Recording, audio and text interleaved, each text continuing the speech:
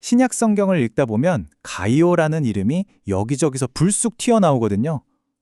이 사람이 그 사람인가 싶을 때가 많죠. 이 사람들이 과연 다 같은 한 사람이었을까요? 아니면 이름만 같은 다른 사람들이었을까요? 오늘 우리는 사도 요한이 내가 참으로 사랑한다 라고 말할 만큼 정말 특별했던 인물, 바로 이 가이오의 발자취를 한번 따라가 보려고 합니다.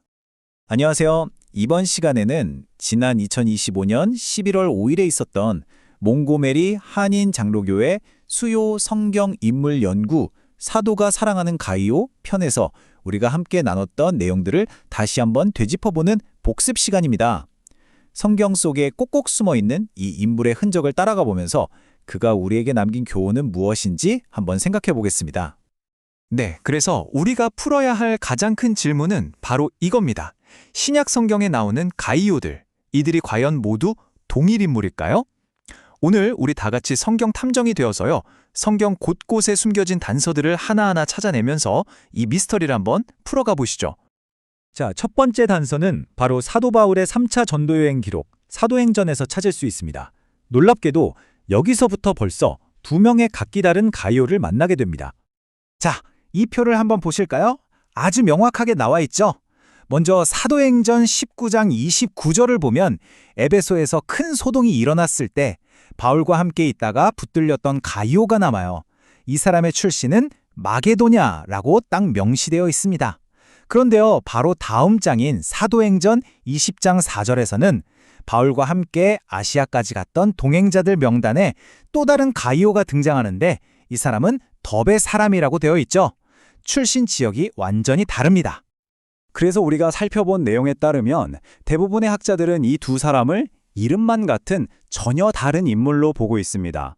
한 명은 마게도냐 출신, 또 다른 한 명은 더베 출신. 이렇게 말이죠.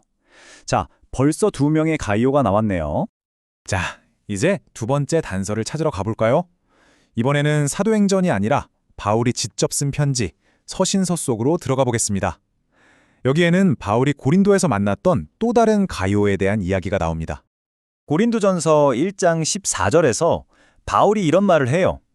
내가 고린도 교회에서 직접 세례준 사람은 거의 없어.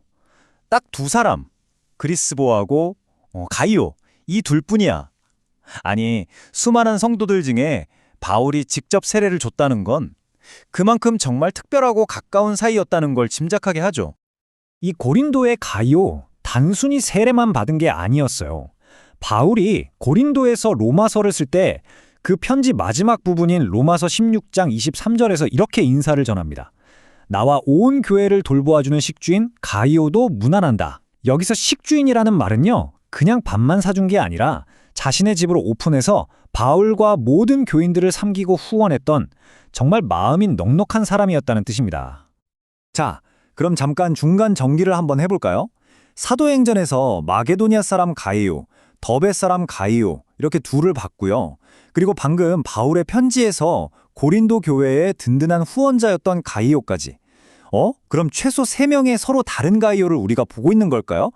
이야기가 점점 더 흥미진진해지네요. 이제 우리의 추적은 마지막 단서이자 어쩌면 이 이야기의 진짜 주인공에게로 향합니다. 바로 사도 요한이 직접 개인적인 편지를 썼을 만큼 아끼고 또 아꼈던 사람, 참으로 사랑하는 자, 가이오입니다. 요한 3서 1장 1절은 바로 이렇게 시작합니다. 사랑하는 가이오, 내가 참으로 사랑하는 너에게 편지한다. 여기서 사랑한다는 표현을 2번이나 반복하면서 가이오에 대한 깊은 애정을 정말 숨김없이 드러내고 있죠. 다른 가이오들은 어떤 사건 속에서 잠깐 스치듯 언급되었는데 이 가이오는 아예 편지 전체의 주인공으로 등장해서 그의 믿음과 인격이 아주 집중적으로 다뤄집니다. 아니, 사도 요한이 도대체 왜 이렇게까지 가이오를 사랑했을까요? 그 이유는 바로 그의 믿음이 말이 아니라 삶으로 나타났기 때문입니다. 그의 영혼은 아주 건강했고 무엇보다 진리 안에서 행하는 사람이었어요. 특히 당시 여러 교회를 다니며 복음을 전하던 순회 전도자들, 그러니까 나그네 된 형제들을 자기 일처럼 신실하게 대접하면서 복음 사역에 함께했죠. 요한에게는 이 모습이 그 어떤 것보다도 가장 큰 기쁨이었던 겁니다. 요한은 이 가이오의 선한 모습을 더 빛나게 하려고 아주 대조적인 인물을 한 명 등장시킵니다. 바로 디오드레베라는 사람이죠. 이 사람은 자기가 최고가 되려고 하고 복음 전하는 형제들을 받아주지도 않고 심지어 뒤에서 악한 말로 헐뜯기까지 했어요. 반면에 가이오는 어땠나요? 선한 것을 본받고 형제들을 환영하고 진리를 위해 함께 일하는 사람이었죠. 이 둘을 딱 비교하니까 가이오의 믿음이 얼마나 귀한 것이었는지 확 와닿지 않으세요? 그래서 요한은 가이오에게 이렇게 부탁하는 겁니다. 사랑하는 가이오야, 저런 악한 디오드레베를 따라하지 말고 너처럼 선한 것을 계속 본받으렴. 이건 사실 가이오에게만 하는 말이 아니라 오늘 이 편지를 읽는 우리 모두에게 주시는 메시지이기도 합니다. 디오드레베처럼 살지 말고 가이오처럼 살라는 거죠.